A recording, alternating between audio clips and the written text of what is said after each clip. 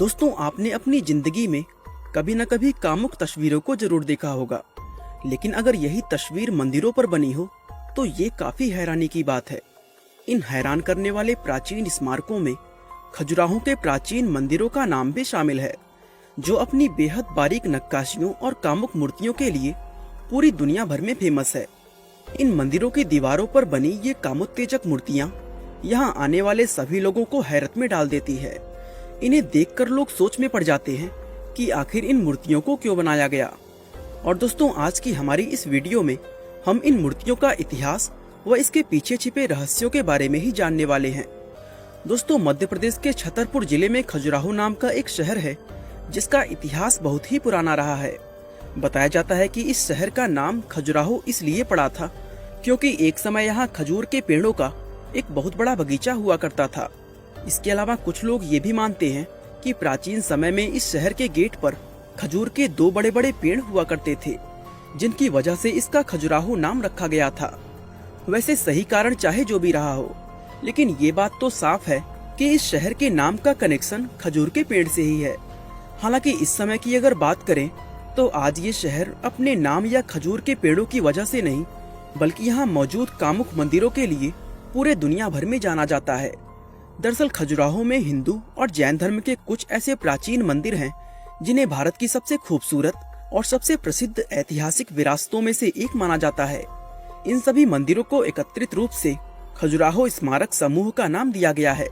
इन मंदिरों की सबसे बड़ी खासियत इनकी दीवारों पर बनी हुई वो कामुक मूर्तियां हैं, जो यहाँ आने वाले लोगों का ध्यान अपनी तरफ खींचती रहती है।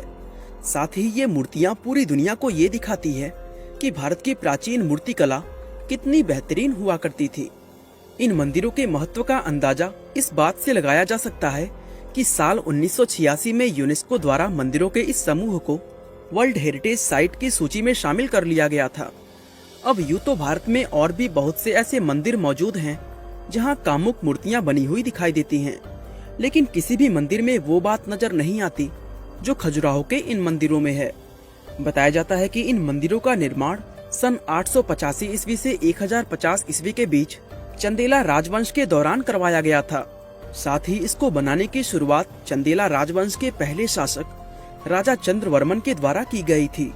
यही वजह है कि आज इन मंदिरों को बनाने का पूरा श्रेय राजा चंद्रवर्मन को ही दिया जाता है। आपकी जानकारी के लिए बता दें कि राजा चंद्रवर्मन चंदेला राजवंश के सबसे महान राजा माने जाते हैं, क्योंकि 8वीं सदी में उनके द्वारा ही इस राजवंश की स्थापना की गई थी। दोस्तों, उस समय उनके इस साम्राज्य को बुंदेलखंड नाम दिया गया था।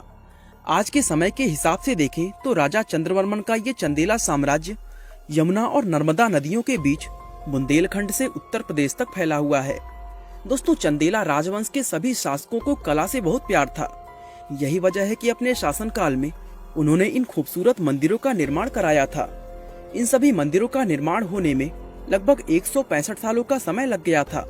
इस दौरान चंदेला राजवंश के शासक जरूर बदलते रहे, लेकिन मंदिरों के निर्माण का कार्य इसी तरह चलता रहा। इतिहासकार बताते हैं कि शुरुआत में इन मंदिरों की संख्या 85 थी, जो कि लगभग 20 किलोमीटर के एरिया में फैले हुए थे। लेकिन अब इनमें से सिर्फ 25 मंदिर ही बच पाए हैं, जो कि 6 किलोमीटर के दायरे में फैले हुए हैं। दरअसल मंदिरों की दीवारों पर बनी उन कामुक मूर्तियों की वजह से बहुत से लोग इन्हें अश्लील और धर्म के विरुद्ध मानते थे। इसीलिए इतिहास में कई बार इन मंदिरों को नष्ट करने के प्रयास किए गए, जिसमें काफी मंदिरों को ध्वस्त भी कर दिया गया। इसके अलावा गुलाम वंश के कुतुबुद्दीन ऐबक और लोदी वंश के सिकंदर लोदी जैसे और भी कई शासकों ने कई बार इन मंदिरों को नष्ट करने के प्रयास किए, और इस तरह नष्ट होते होते आज खजुराहो में सिर्फ 20 से 25 मंदिर ही बाकी रह गए हैं। दरअसल खजुराहो के मंदिरों पर बनी इन कामुक मूर्तियों में स्त्रियों और पुरुषों के बीच होने वाली काम क्रिया के अलग अलग आसनों को दिखाया गया है। इन दीवारों पर कामसूत्र के अलग अलग आसन बड़ी ही खूबसूरती और कलाकारी से प्रदर्शित किए गए हैं। वैसे अगर आप सोचते हैं कि इन दीवारों पर सिर्फ ये कामुक मूर्तियां ही बनाई गई हैं, तो आप पूरी तरह गलत हैं, क्योंकि इन मंदिरों में कामुक मूर्तियों के अलावा बहुत सी ऐसी मूर्तियां भी हैं जो इंसानों की रोजमर्रा की जिंदगी को बड़ी ही सुंदरता से दर्शाती हैं।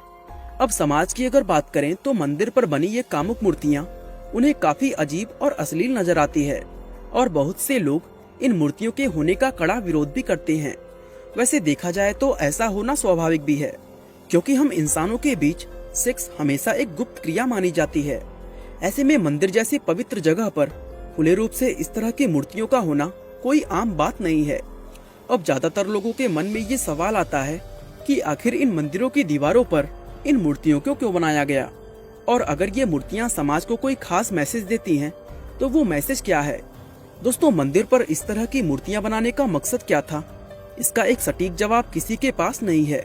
हाँ, लेकिन दुनिया के कुछ अलग अलग विद्वानों के द्वारा इन मूर्तियों के बनाए जाने के पीछे अलग अलग कारण बताए जाते हैं। तो चलिए हम इन मूर्तियों के बनाए जाने के कुछ प्रसिद्ध कारणों के बारे में जानते हैं। पहला कारण, दोस्तों, खजुराहो के मंदिरों में इन कामुक मूर्तियों को बनाने का सबसे बड़ा कारण एक पौराणिक कथा से जुड़ा हुआ है। इस कथा में बताया गया है कि काशी के रहने वाले एक प्रसिद्ध ब्राह्मण राजपुरोहित हेमराज की बेटी हेमवती बहुत ज्यादा सुंदर हुआ करती थी। एक दिन शाम के समय हेमवती एक तालाब में स्नान कर रही थी कि तभी चंद्रमा यानी चंद्रदेव की नजर हेमवती पर पड़ गई। तालाब के पानी में भीगी हेमवती के सौंदर्य को देखकर चंद्रदेव उसी पल उन्हें अपना दिल दे बैठे। वह चाहकर भी खुद को रोक नहीं पाए और अपना रूप बदलकर तुरंत हेमवती के पास पहुंच गए। उन्होंने हेमवती को पाने के लिए उनका अपहरण कर लिया और उन्हें अपने साथ जंगल ले गए। जंगल में जाने के बाद हेमवती को भी उनसे प्यार हो गया और इस मिलन से हेमवती ने एक बेटे को जन्म दिया जिसका नाम उन्होंने चंद्रवर्मन रखा। समाज के डर से हेमवती ने अपने बेटे का पालन पोषण जंगल में ही किया था। वह शुरुआत से ही अपने बेटे को एक महान शासक बनाना चाहती थी। चंद्रवर्मन ने बड़े होकर चंदेल वंश की नींव रखी और अपनी माँ का सपना पूरा करते हुए वह एक महान राजा और वीर शासक बन गए। एक रात चंद्रवर्मन की माँ हेमवती उनके सपने में आई और उन्होंने चंद्रवर्मन को ऐसे मंदिर बनाने को कहा जो समाज में ये संदेश पहुँचाए कि इंसान की जिंदगी में दूसरी अहम चीजों की तरह ही उसकी सेक्सुअल डिजायर भी जिंदगी का अहम हिस्सा होती है और अपनी यौन इच्छाओं को पूरा करना किसी भी तरह का कोई पाप नहीं होता। ये सपना देखने के बाद चंद्रवर्मन ने ये ठान लिया कि वे अपनी माँ की इस इच्छा को हर हाल में पूरा करेंगे और काफी सोच विचार के बाद उन्होंने इन मंदिरों के निर्माण के लिए खजुराहो नगर को चुना था। इसके लिए सबसे पहले उन्होंने खजुराहो को अपने साम्राज्य की राजधानी बनाया और फिर अपनी इस राजधानी में उन्होंने 85 वेदियों का एक विशाल यज्ञ करवाया। बाद में इन्हीं वेदियों की जगह पर ये 85 भव्य मंदिर बनवाए गए जो अपनी खूबसूरती और कलाकृतियों के लिए आज भी दुनिया भर में फेमस है। और दोस्तों, इस पौराणिक कथा के अनुसार इस तरह ये मंदिर दुनिया के अंदर अस्तित्व में आए और इसलिए इन पर इस तरह की मूर्तियां बनाई गई हैं। दूसरा कारण, दोस्तों, बहुत से खोजकर्ता का कहना है कि ये मूर्तियां इसलिए बनाई गई थी ताकि यहाँ आने वाले लोग अपने मन से सभी तरह के भोग विलास को खत्म करके साफ मन से मंदिर के अंदर जाएं। दरअसल इन विद्वानों का ये कहना था कि इंसान अपनी विलासिताओं से तब तक छुटकारा नहीं पा सकता जब तक कि वह खुद उसका एक्सपीरियंस ना कर ले, और लोगों को उनकी विलासिताओं का अनुभव कराने के लिए ही मंदिर की बाहरी दीवारों पर ये मूर्तियां बनाई गई थी। दोस्तों, इन मूर्तियों को इस तरह से बनाया गया है कि मंदिर में जाने वाले हर एक व्यक्ति की नजर इनके ऊपर जरूर पड़ती है और इस तरह इन मूर्तियों की वजह से लोग एक साफ मन को लेकर इन मंदिरों में प्रवेश करते हैं। तीसरा कारण, दोस्तों, इस तरह की मूर्तियां बनाने के पीछे एक तर्क ये भी दिया जाता है कि जिस जमाने में ये मंदिर बनाए गए थे उस समय बौद्ध धर्म बहुत तेजी से फैल रहा था और बौद्ध धर्म के प्रभाव में आकर उस समय के ज्यादातर युवा अपना घर बार और कामकाज को छोड़कर ब्रह्मचर्य और सन्यासी जीवन को अपनाने लगे थे। बताया जाता है कि उन युवाओं को फिर से गृहस्थ जीवन की तरफ लुभाने के लिए ही खजुराहो सहित देश भर में इस तरह के मूर्तियां बनाए गए थे। दरअसल हिंदू और जैन धर्म के लोग युवाओं को ये समझाना चाहते थे कि गृहस्थ जीवन अपनाकर भी मोक्ष की प्राप्ति की जा सकती है, इसीलिए इस तरह के मंदिरों को अलग अलग जगहों पर बनाया गया था।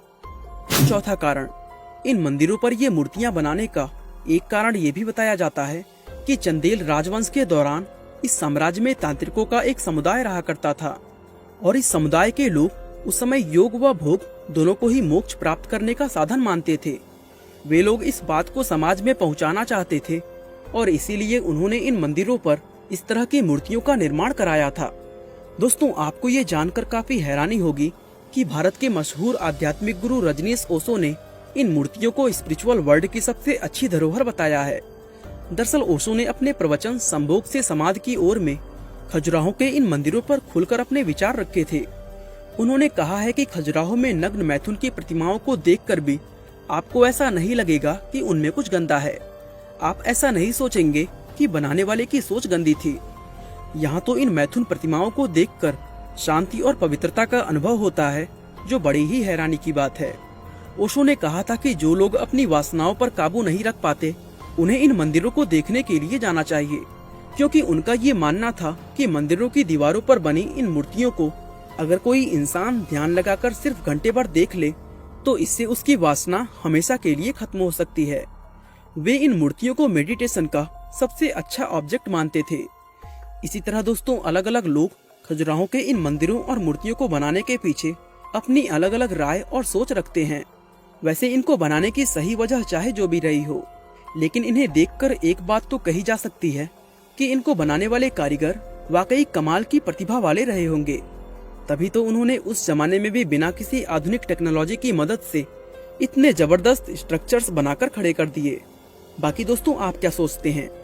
ये कामुक मूर्तियां बनाने के पीछे क्या वजह रही होंगी? हमें कमेंट करके जरूर बताएं। बाकी आज के लिए बस इतना ही। वीडियो अच्छा लगा तो लाइक, शेयर और चैनल को सब्सक्राइब करना बिल्कुल ना भूलें। आपका बहुमूल्य समय देने के लिए बहुत बहुत धन्यवाद।